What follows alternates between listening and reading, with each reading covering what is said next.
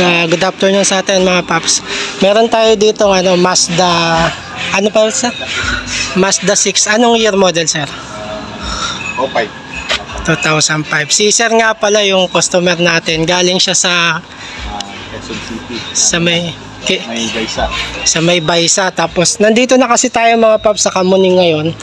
Tapos dumayo si sir dito. Ano ang pangalan niya sir? Ray. Si Sir Ray, yan. Ang nagiging problema daw nitong Mazda is, ano sir? Yung pag naka-start siya, pag unang start, pag malamig, medyo ano naman yung ano niya, hindi pa lumalabas. Pag medyo nag-init, nanginginig na siya, parang palyado. So, tapos may check engine din sir. May check engine. So, parang lumalabas ABS. Pina-scan nyo na po ito. So, yan yung sinabi sa atin ni sir nung nag-text siya o ano. Kaya, ngayon, check natin to mga paps. Tignan natin kung anong pwede natin magawa dito. Scan lang natin muna. So, yan. So, nakatanggal na yung una niya. So, yung pag-start natin mga paps is ano agad. Kumbaga lumabas agad yung ano niya. Parang palyado na siya. Tapos yung in-scan natin, ayan, ang daming lumabas na nakapula. So isa-isahin natin to.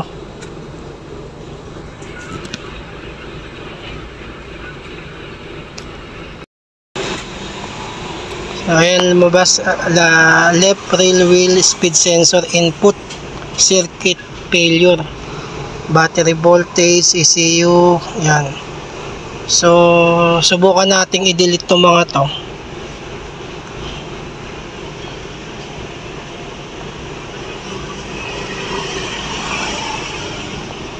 Tapos read ulit natin.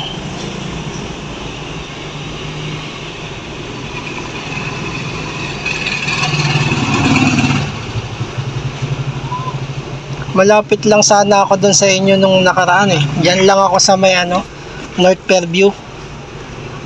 Doon lang Malayo na kami dun sir eh. Malayo dito lang kami banda sa balik. Ay, Baysa nga pala doon na sa Dulo kayo eh. Oo nga. Kaso napanood ko yung nakaraan. So ayan mga paps inikot namin yung sasakyan. So ganun pa rin wala siyang progress. Kumbaga etong mga codes na to na fault code na to, hindi siya nabubura. Tapos pagka pinindot mo yung isa dito, lalabas pa yung mas madaming code. Ibig sabihin yan, sa computer na mismo, yung utak ng sasakyan, yun yung mismong nagkakaproblema. So kung nakita ba kanina sa vlog yung internal internal ng computer box, yung ECU, dun nagkakaproblema. Kaya ang the best way dito is ipa-check yung kumbaga ibababa yung computer box, ipapa-check kung kaya pang ayusin. Kung hindi na is papalitan na siya. Oo. Kasi wala tayong magagawa dito na talagang pag ganyang sitwasyon palitin na talaga yan. Yan, babalik na tayo dun ulit. Tapos pipicturean lang natin to para maipakita ni sir dun sa, sabi niya sa boss niya daw na para makita din yung nagiging problema ng sasakyan. So pag umaandar naman siya, ganito katulad nito, okay naman, wala naman nagiging problema. So yun nga lang, pagka yung aircon niya, di ba, mainit din ang labas. Hindi aircon parang heater yung sobrang init yun. Tignan nyo yung code niya.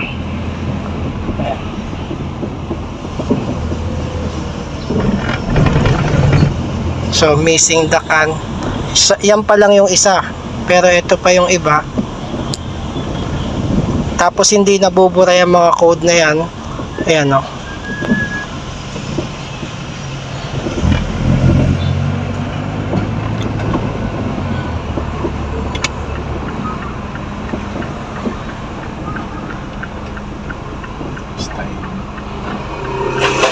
oops.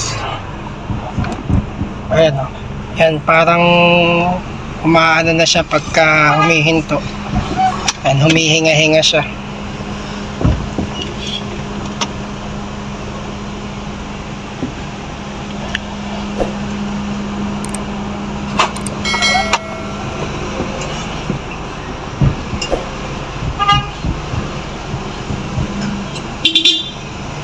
Mamadali naman si kuya. Alam na nagpa-parking. Huwag mo. Ang liit ng sasakyan niya eh. Ayan naman, battery low voltage. Tapos itong isa. So yung mga ganong codes mga paps, hindi yun normal eh. Yung ano, ito sa PCM naman tayo.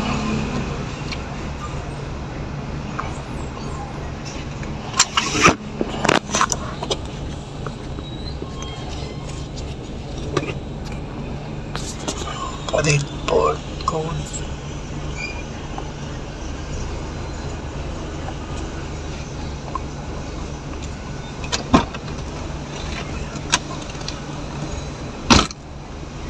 So ayan o, ang dami masyado ng ano niya, na meron throttle position, meron sensor switch ng throttle, lost communication ng ABS, lost communication module, tapos meron pa ditong ano, map baro sensor circuit input. Ayan. Tapos meron pa yan sa ibang ano, sa ibang code niya. Marami pang nilalabas na code ulit. Tapos binubura natin yan pero hindi mabura, lumalabas ulit. Ayan, sa TCM naman tayo.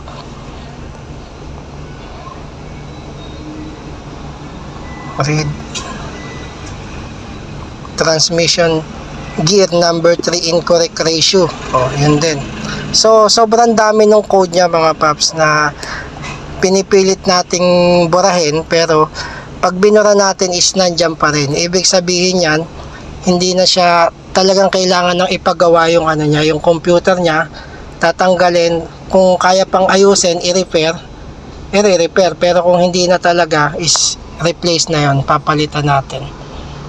So yun din yung sinabi natin kay sir na kailangan gawin dito sa sasakyan para medyo umayos na siya.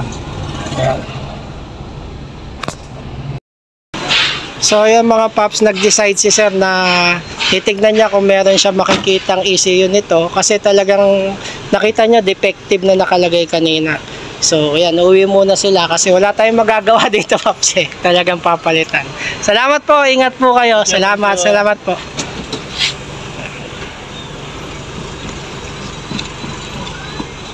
Okay, thank you po.